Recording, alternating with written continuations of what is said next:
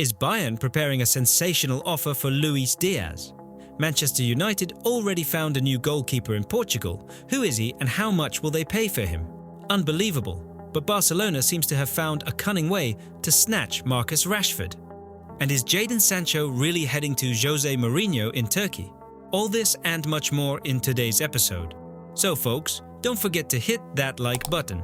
Just so you know, 500 likes is our target. Don't let us down. Done? Then let's dive into the rumors. Alright, let's chew the fat about this Diogo Costa situation. Porto's main man between the sticks, Portugal's number one. And if the grapevine's anything to go by, he's practically got one foot on a plane to Manchester already picking out wallpaper for his new digs. Whispers from the Portuguese press suggest he's already given his closest mates the nod, saying it's time to up sticks and prove himself on a bigger stage. Porto, bless him, aren't exactly chaining him to the goalposts, but they won't be letting him skip town for pocket money either. His get-out-of-jail-free card is a cool 75 million euros, but word is, in a rare act of charity, they'll entertain offers starting at 60 big ones. And who's sniffing around? You guessed it, the Manchester Massive, both of them. Now, the City Link? That went colder than a witch's. Well, you know, they were having a little peek just in case Ederson fancied a fat paycheck in Saudi Arabia. But then Pep waded in, shut it all down, basically said, nobody's going anywhere, pipe down. So, that particular job opening at the Etihad, consider it filled. But their crosstown rivals, oh, United, that's a whole different can of worms, innit? Ruben Amorim, who, let's be real, is probably still wondering what fresh hell he's signed up for at Old Trafford, is apparently already having second thoughts about Andre Onana. Hasn't even been a calendar year for crying out loud. And now he wants a keeper he knows. Someone he trusts not to have a meltdown with the ball at his feet. Look, I get the thinking. Amorim wants a custodian who's a perfect fit for his grand plan. A cool customer with the ball, confident, sweeping up. But here's the rub. Seriously? Are we actually buying that Onana is the only spanner in the works? That with that legendary United defense in front of him, a new 60 million euro guardian angel is suddenly going to start performing miracles. Something stinks here, and it smells suspiciously like the next victim on the Old Trafford goalkeeping carousel that's already chewed up and spat out De Gea and, yep, Onana himself. So, what's the score? City have bowed out, leaving United with a pretty clear runway. The only hurdles are the mountain of cash required, and whether Costa is just another expensive sticking plaster on a wound that needs major surgery. This one's got Saga written all over it, hasn't it? Right then, forget about Neymar's big return to Europe. It's over, done, full stop. Remember all that chatter? The whispers, the so-called leaks on Twitter? That he was on the verge of coming back to tear up the Champions League one last time? Yeah, scrap all of that. It's not happening. Turns out, the 33-year-old genius has made his decision. He's extended his contract with Santos until the end of 2025. Sure, they'll dress it up nicely, package it as some emotional homecoming. You can already picture Neymar's heartfelt speech, can't you? I'm staying where it all began. This is home. What club in their right mind is going to fork out a fortune for a 33-year-old who spent more time in physio than on the pitch over the last few seasons? And that's before we even talk about his sky-high wage demands. Mate, he's the definition of a high-risk, no-reward signing. Imagine paying superstar money for someone who only shows up to say hi to the medical staff. Brilliant. But for Santos, it's a masterstroke. Yeah, they'll pay him a massive salary, no doubt, but that's peanuts compared to what they'll make back. We're talking at least 15 to 20 million from new sponsorships just for having the Neymar brand back at the club. Shirt sales, media buzz, global attention. It's smart business, no two ways about it. They've basically signed a walking, talking billboard, so what's left when you strip it all down?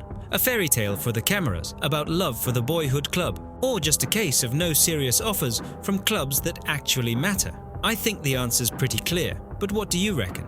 Is this the final curtain on Neymar's European career, or is there more to this story than meets the eye? The Marcus Rashford to Barcelona rumour mill is churning at full tilt again, and word is the Catalan giants are absolutely chomping at the bit to snag the Manchester United misfit. And here's the kicker, they're apparently not even ditching their pursuit of Nico Williams. So, let's get this straight. Barcelona are so skint, they're practically counting coppers. And along waltzes Rashford, who United are reportedly willing to loan out. You'd think that'd save them from sparfing a rumoured £52 million on Williams, but wait for it, it seems they're game for both. Barca, with their well-documented financial woes, are supposedly about to trigger Williams' hefty release clause and take on Rashford's eye-watering pay packet. We're talking somewhere around £325,000 per week. Well, stone the crows. The devil really is in the detail, isn't he? And speaking of details and jaw-dropping figures, my analytics tell me a massive slice of you regular viewers still haven't hit that subscribe button. Now, unlike Rashford's weekly take-home, clicking subscribe costs you absolutely zilch, but for yours truly, it's a bigger motivator than a Champions League spot is for Marcus. Go on, give the channel a leg up. Right, let's not get carried away with the romance of it all. Let's be brutally honest. Rashford's last campaign at Villa was, well, he wasn't exactly pulling up any trees, was he? 4 goals, 6 assists in 17 outings, hardly setting the world on fire. But Hansi Flick ain't no mug. He's a known admirer of Rashford's adaptability, and you can see why. Rashford can slot in for Lamine Yamal, or even play in tandem with him. So, you're not just getting another body, you're getting a bloke who can nail down the left flank, operate through the middle, and generally add a different flavour to their attack. And if Nico Williams rocks up too, suddenly you've got a twin turbocharged wing department. Of course, Manchester United would much prefer to flog Rashford for a cool £50 million, but, well, they can whistle for that. It sounds like the new gaffer, Ruben Amorim, is already drawing up plans that don't include him, maybe even leaving him off the pre-season jolly. I mean, the lad's properly persona non grata, and United would probably bite your hand off to get him off the wage bill, even temporarily. And what's in it for Barcelona? A fired-up player who, let's face it, is gagging for a fresh start. What's he got to lose? At Old Trafford, he's pretty much been binned. And now, here's a golden ticket to play in the Champions League, to scrap for actual silverware. This could be the career defibrillator he desperately needs, couldn't it? Yeah, okay, he might have to play second fiddle at times. But come on lads, be serious. This is Barcelona. Even warming the bench there could be more fulfilling than being the main man at some mid-table outfit. Sure, it might scupper his England World Cup chances, but who gives a monkeys when you've got a sniff of La Liga glory and, you never know, maybe even a crack at the big-eared trophy. So, the long and short of it, Barcelona are taking a colossal, but arguably shrewd, punt. They're willing to invest a hefty sum in Williams, but simultaneously, they're not turning their noses up at bolstering their attack with Rashford on a very convenient loan. What's the verdict then? Is nabbing both Williams and Rashford the tactical masterstroke that gets Barca back on their perch, or is it another high-stakes gamble with a totally unpredictable outcome? Spill the beans in the comments, keen to see what you lot think. So, Casemiro to Al Nassr. By all accounts, this one's practically inked, and you know what? For Manchester United, this might just be, and I'm not kidding, one of their shrewdest pieces of summer wheeling and dealing. Just wrap your head around this. They forked out a reported 70 million smackers to Real Madrid back in the summer of 2022, for a player who at the time was already, shall we say, on the more experienced side of 30. And now, according to the boffins at Transfermarkt, his market value is, well, let's just say a rather humbling 10 million euros. How's that for a bit of financial jiggery-pokery, eh? But it's not just about the loose change the Red Devils can recoup from the transfer fee itself. The real jackpot here is his salary. Casemiro, lest we forget, is their top earner. The scuttlebutt is, back in the winter window, Al Nassr were already making eyes, tabling an offer somewhere in the stratosphere of £650,000. A week! Can you even process those figures? That's not a wage bill, it's a fiscal black hole. And now, United have a golden opportunity to jettison this, prized asset. You can practically hear the champagne corks popping over at Carrington. Saudi mouthpiece Sport Jazeera is hollering about negotiations being at a super advanced stage, and it seems the Brazilian himself isn't too broken up about swapping the Manchester rain for Arabian sunshine. Well, you wouldn't be, would you? Especially after that kind of financial carrot was dangled back in January, particularly when you're 33, and your current employers are enduring their worst season in, what, 3 decades? And yeah, some of you might be grumbling, hold on, didn't he sort of find his feet in the back half of the season? Became one of Amorim's main men? Well, if he did hit a purple patch, good for him, just a timely little flourish to ensure the sheikhs don't get cold feet about where to park their petrodollars. In fact, offloading Casemiro could free up some serious readies for United to bring in some fresh blood in the engine room. So, look, it's a blinder. They massively slash the wage expenditure and pocket a bit of transfer cash. It's win-win, isn't it? Pretty much a no-brainer. And the fact that his current transfer valuation is a bit of a giggle compared to what they coughed up for him. Well, who really gives a toss in Saudi Arabia when your modus operandi is to assemble a Galactico-esque squad of yesteryear's heroes? And the icing on this financially delicious cake? A reunion with Cristiano Ronaldo. Fans of a certain vintage will definitely be dabbing their eyes at that one. Ronnie's probably already got the welcome party planned, I'd wager. So, yeah, we're all ears for the official nod. Manchester United look like they're deadly serious about a full-scale demolition and rebuild. And you've got to concede, binning off such a seasoned and, crucially, wallet-busting player is a very, very savvy piece of business. Well, for United, at any rate. As for how Casemiro himself will cope in a league where the tempo is, let's just say, not quite Premier League ferocious, especially on that kind of cheddar, well, that's a yarn for another day. This could be the perfect swan song, or a rude awakening. It seems Tottenham are up to their old tricks, employing that classic strategy. When the whole engine's sputtering, just go out and bolt on a very shiny, very pricey new component. And this time, said component is Crystal Palace's Eberechi Eze. From all reports, the player himself is champing at the bit. He's practically got his suitcase by the door and is already visualizing himself in that lily-white kit, dropping more hints than a badly written detective novel that he's ready for the switch. And you know what? On paper, this has Dream Team written all over it. Let's be brutally honest. Rewind to last season. How often did the Spurs front line look like they'd only just been introduced in the pre-match handshake? Key attackers looking blunter than a butter knife, a distinct lack of imagination. It was all a bit beige, wasn't it? And then, appearing like a creative mirage, comes Eze. This isn't just another squad filler. This is a fella who can take the ball, waltz past 3 bewildered defenders, and conjure a goal from thin air. He's that shot of adrenaline, that inventive flair that Tottenham's attack has been absolutely gasping for. He possesses that rare gift of being able to single-handedly pick the lock of a stubborn, parked bus defense. A recurring nightmare for Spurs for yonks. For Thomas Frank, this is like Christmas come early. Nailing down a marquee signing of this caliber right at the start of the transfer window? That's a massive declaration of ambition. It screams to the fans and the dressing room, we're not mucking about here, we're building something proper. Eze looks tailor-made for Frank's pedal-to-the-metal football with those lightning-quick shifts from defense to attack, but that also brings a mountain of expectation. Pressure on the player who'll be under the cosh to produce moments of magic from the get-go. And pressure on the gaffer, who's got to seamlessly integrate him into the team's rhythm. Now for the juicy bit, the financial outlay. A reported £68 million. In a universe where Daniel Levy scrutinizes every last farthing, that figure is enough to induce palpitations. The ghost of that king's ransom spaffed on Tanguy Ndombele still makes many a Spurs fan break out in a cold sweat. And therein lies the gamble. For that kind of dosh, you're not investing in one for the future. You're buying a bona fide, ready-to-rock superstar. Is Eze prepared for that mantle? Right here? Right now? On the flip side, there's a little detail that has probably made Levy crack a rare smirk. The release clause, and the rumoured option to pay it off in chunks. It's a straightforward deal. No protracted, ego-bruising haggling. It's almost un-Spurs-like, isn't it? So, here's the burning question for you lot. Is Eze the signing that finally anoints a new attacking talisman for Spurs, the creative genius they've yearned for since Christian Eriksen waved goodbye?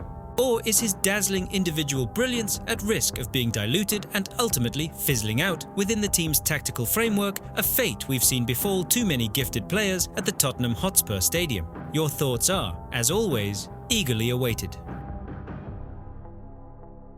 Well, Jadon Sancho, it appears, has finally snagged his golden ticket out of purgatory. After 4 years wandering the footballing desert at Old Trafford, his career looks poised for a proper reboot. And get this, under the tutelage of none other than Jose Mourinho himself. Yeah, this fella, once a dazzling jewel in the Bundesliga's crown, the one Manchester United splashed a mind-boggling 85 million quid on, is now, if the whispers are to be believed, packing his suitcase for Istanbul and a stint with Fenerbahce. So, here's the lowdown. Sancho's reportedly shaken hands on personal terms with Fenerbahce, and hold on to your hats, his rumoured salary is a tidy 10 to 12 million euros a season. Can you wrap your noodle around that?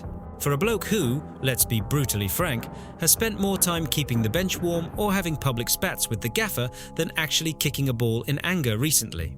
Apparently, Italian outfits like Juventus and Napoli were also sniffing about, but they couldn't come close to matching those kinds of eye-watering numbers. So yeah, it seems cash is king. Especially when a career after such a meteoric rise just veers spectacularly off the rails. And honestly, this is where it gets a bit poignant, doesn't it? Because Jadon, he's a genuinely frighteningly gifted footballer. At Dortmund, he was simply electric, a blur down the wing, leaving defenders looking like they were wading through treacle. Goals, assists, outrageous flicks and tricks, he had the whole damn shooting match. So what went wrong? He pitched up at United, and it was like someone had nicked his talent. He just became, well, an expensive ornament on the pitch, didn't he?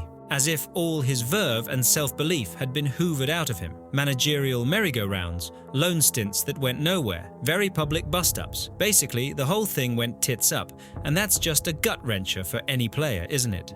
Honestly, you've got a feel for the lad. But now, here's the plot twist. Mourinho, the special one himself. Now, he's the undisputed heavyweight champion of career resurrections, a master at wringing every last ounce of brilliance from players who've been chucked on the footballing scrap heap.